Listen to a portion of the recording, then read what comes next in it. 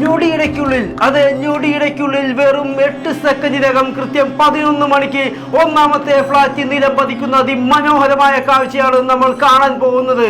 Count down ആരംഭിച്ചിരിക്കുന്നു. അതെ, 1 2 3 4 5.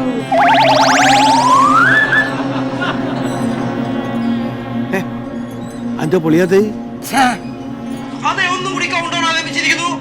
1 2 3 4 5.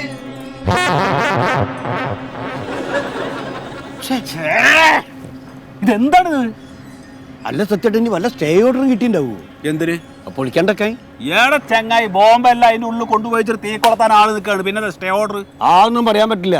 ഇവിടെ കൊലക്കാർ കിട്ടിയ ആൾക്കാർ വരെ കഴിച്ചിലാവണ കാലാണ്. അല്ലല്ല, ഇത് പൊളിയും ദുപ്പാ പൊളിയും. ഇത് വേറെന്തോ ടെക്നിക്കൽ പ്രോബ്ലം ആണ്. നോക്കുക, എന്തുകൊണ്ടാണ് ഈ ഫ്ളാറ്റുകൾ തകർക്കാൻ ഇത്ര താമസം എടുക്കുന്നത് എന്ന കാരണം അന്വേഷിക്കുമ്പോൾ നമ്മൾ ചെന്നെത്തുന്നത് അമേരിക്കയിലെ ടെക്സാസിലാണ്. അന്ന് അവിടെ 40 വർഷം പഴക്കമുള്ള ഒരു ഫ്ളാറ്റ് പൊളിക്കുവാൻ പ്ലാൻ ഇടുകയുണ്ടായി. അതിന് നേതൃത്വം നൽകിയത് സർ വില്യം ഗോമസ് എന്ന എക്സ്പ്ലോയിറ്റർ ആണ്.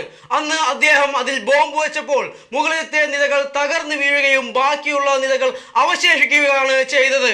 അത് എന്തുകൊണ്ട്, എങ്ങനെ എന്ന കാരണം അറിയാൻ വേണ്ടി ഇന്ന് വൈകുന്നേരം നമ്മളുടെ ചാനലിൽ ചർച്ച നടക്കുന്നുണ്ട്.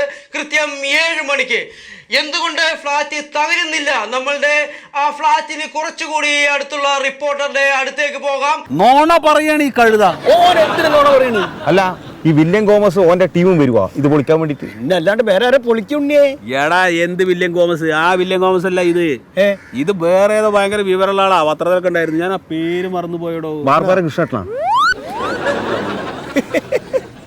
എന്തായാലും ഒന്ന് പൊളിഞ്ഞ് കിട്ടണ്ടേ?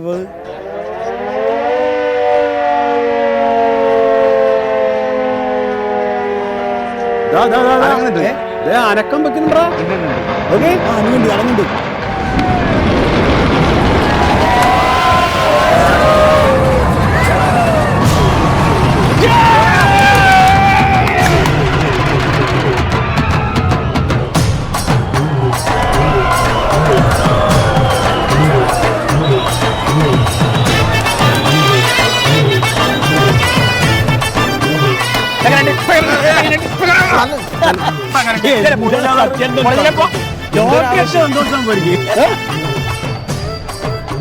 ഇനി നീ നോക്കിക്കാൻ പോയതോ?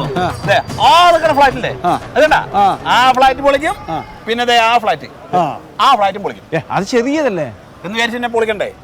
എടാ, അതൊക്കെ കായലിലേക്ക് കയ്യേറി വന്ന് വെച്ചിട്ടുള്ള ഫ്ലാറ്റുകളാണ്. ഒക്കെ പൊളിക്കേണ്ടി വരും. ഇല്ലെങ്കിൽ ഞാൻ പൊളിപ്പിക്കും.